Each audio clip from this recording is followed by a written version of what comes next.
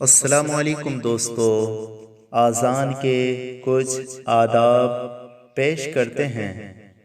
آذان کے کل 1760 حرف ہیں۔ آذان خاموشی سے سننا چاہیے۔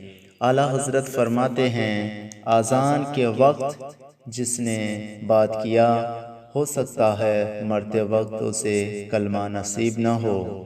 آذان کے وقت دنیا کے سارے کام کاج کو چھوڑ کر کے غور سے آذان کو سننے کا حکم دیا ہے۔ آذان ایک اہم عبادت میں سے ہے۔ آذان کو کان لگا کر خوب اچھی طرح سے سننا چاہیے۔ آذان کے ایک حرف کے بدلے اللہ رب العزت 1500 نیکیاں لکھتا ہے۔ مکمل آذان سے 14,40,000 نیکیاں ملتی ہے۔ اگر یہ بات آپ کو سچ لگتی ہے، اگر یہ معلومات میں اگر آپ کے اضافہ ہوا تو آپ صدقہ جاریہ کے طور پر ویڈیو کو شیئر بھی کر سکتے ہیں۔